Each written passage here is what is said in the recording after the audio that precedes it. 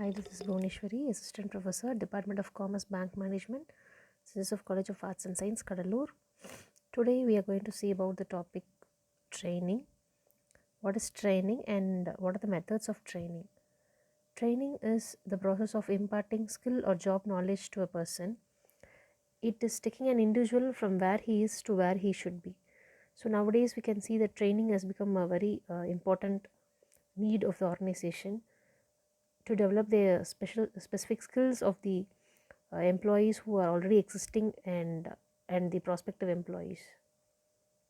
There are two methods for imparting training in workers. It is on the job training and off the job training. The next is so here we can see the two training methods, on the job training and off the job training. So on the job training is a method of imparting training to the employees when they are on the job at the workplace. So the aim of this training is to make the employees familiar with the normal working situation. That is, during the training period, the employees will be getting the first-hand experience of how to use the machines, how to make use of the equipments, and how to use the tools or the materials which is available there. It also helps them to learn how to face the challenges which occurs during the performance of the job. So we can see the different methods of on-the-job training. The first one is induction training. This induction training is also known as orientation training. It is required for all new employees. So a person who has just been inducted into an organization must be informed of his duties. So nature of his work must also be clearly explained to him. For example, if a person who has been appointed as a clerk in the office must know the specific task what he has to perform, whether he has to handle mails, or whether he has to maintain accounts, or he has to look after the cash management. So the new employee must also be informed of the policies or the rules and regulations and of the organization which is pertaining to signing at either it can be signing attendance or availing leaves, it can be transfer, promotion, and so on. So the policies of different organizations which pertain to these will differ. For example, if in some organization the employees sign attendance only once in the morning when they come for work, still there are some organizations that require the employees to sign the attendance also while leaving the workplace at the end of the day's work. So like this, the procedure for availing different types of leave should also be explained to the new entrant. Only then he will be able to comply with it. The next is apprenticeship training. This is a conventional or a traditional method of training. So in this method, the trainee he is called apprentice. He is placed under a qualified senior worker. So the apprentice he learns the work by observing and assisting his senior. In the case of jobs requiring skills, the apprenticeship training is the most suitable method to impart the knowledge and skill. So machinists, electricians, plumbers, usually they learn their jobs by working as apprentices. So during the period of training, the apprentices get a consolidated pay called stipend. The next is refresher training. So object of refresher training is to enable the workers to constantly update their job knowledge.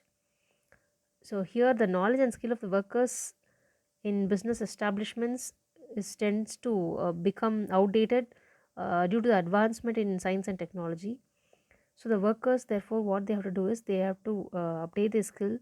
If they failing which they'll be branded as obsolete. So they must be familiar with the newer methods of work.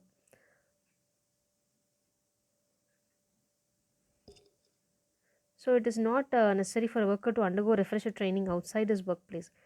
And if suppose a new and sophisticated machine has been acquired by a business, the seller of the machine will educate the workers on the method of operation, and he will also send us the technicians for the purpose of assisting and also for guiding the workers. The next is the job rotation. So in this kind of training, it enables the employees to become well versed in different kinds of work, and but everything will be totally different.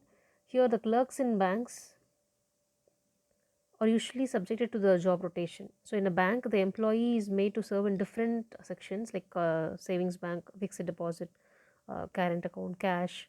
So this will enable him to become versatile as far as the bank job is concerned. Once if an employee becomes familiar with the different types of work, he can be posted in any section depending upon the need. The next is placement as assistants. It is not uncommon to find certain designations in an organization as like assistant accounts manager, assistant production manager. Um, Such designations only imply that these executives are going to be posted as accounts manager or production manager or sales manager respectively in future if there is any vacancies. So as assistants, these executives not only carry out the task what has been assigned to them, but also they observe their superiors while the later discharge their duties. So this will help them to acquire the skills necessary to perform their duties later when they themselves become the heads of the respective departments. And this method of training is very much suitable for the executives. The next is the vestibule training. So this refers to a training school which is established within the factory premises. Here, the working conditions and facilities in such a training school are so created that the place of training almost it resembles the actual workplace. So here, the instructors specifically they are appointed for the purpose. They will train a large number of workers in such a schools. So this vestibule training is useful when it is necessary to train a large number of workers for the same kind of work. So this is necessary when it is not possible to train the workers the workplace itself and where the line supervisor is not able to find time for training due to the work burden. The next is the off-the-job training. So off-the-job training method is a method of training which is undertaken at a site which is actually away from the actual workplace for a particular period.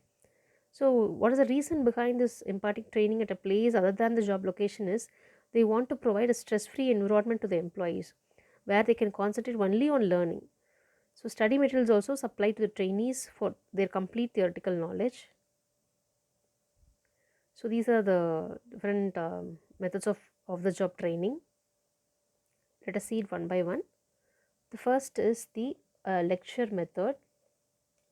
So here it is a verbal presentation of the information or can be facts or figures to the large number of trainees by an instructor. So here there are also staff training colleges like the Administrative Staff College. So organizations they have developed junior executives. They may depute them to such training colleges where they will undergo the training. The next is the conference method.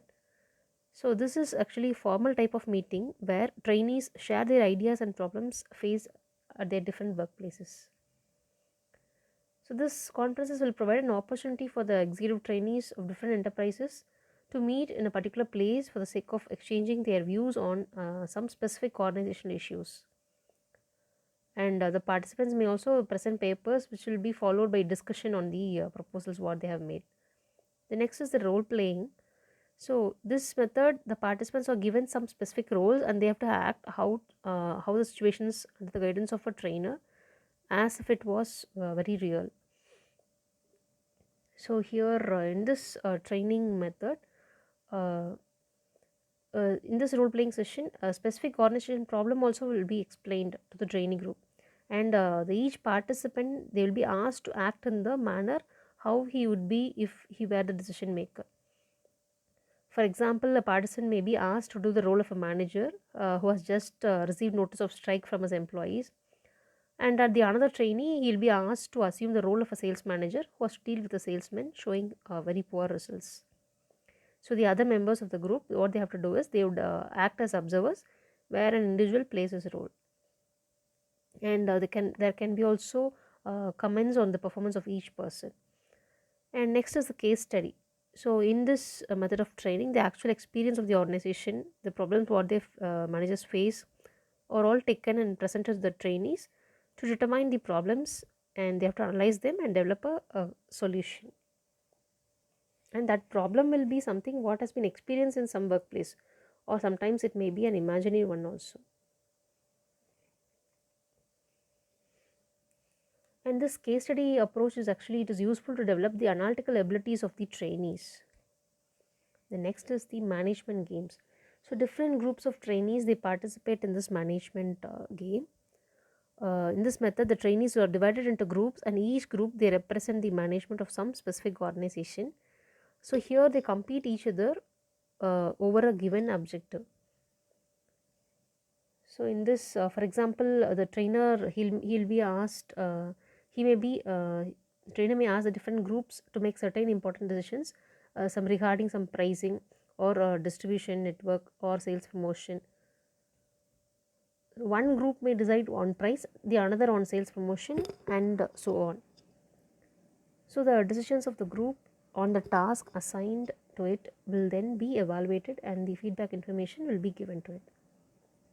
The next is the brainstorming. So this is a technique which is used to solve a certain important organizational problem. So the participants, they have to express their views freely without having to bother about what the others would think of their ideas. For example, the lack of product acceptance, the market, which is a very serious problem that does not concern the marketing department alone. So the executives of production, marketing, finance, and other departments, what they will do in such a situation, how they need to meet, and how they have to what they have to discuss. In such a session, each individual they are free to come out with their own ideas. So this approach will make it possible to look at the problem from different points of view, and sometimes it may certainly help to find an optimum solution also. The last one is sensitivity training. So this is developed with the object of promoting good human relations among the trainees, and this will also help the individual to understand the group behavior and to work with others as a team also. So this sensitivity training group is also called the T group. So the actual training involves interaction between the members of a small group, and that has no formal agenda. And this will help an individual to understand the group behavior.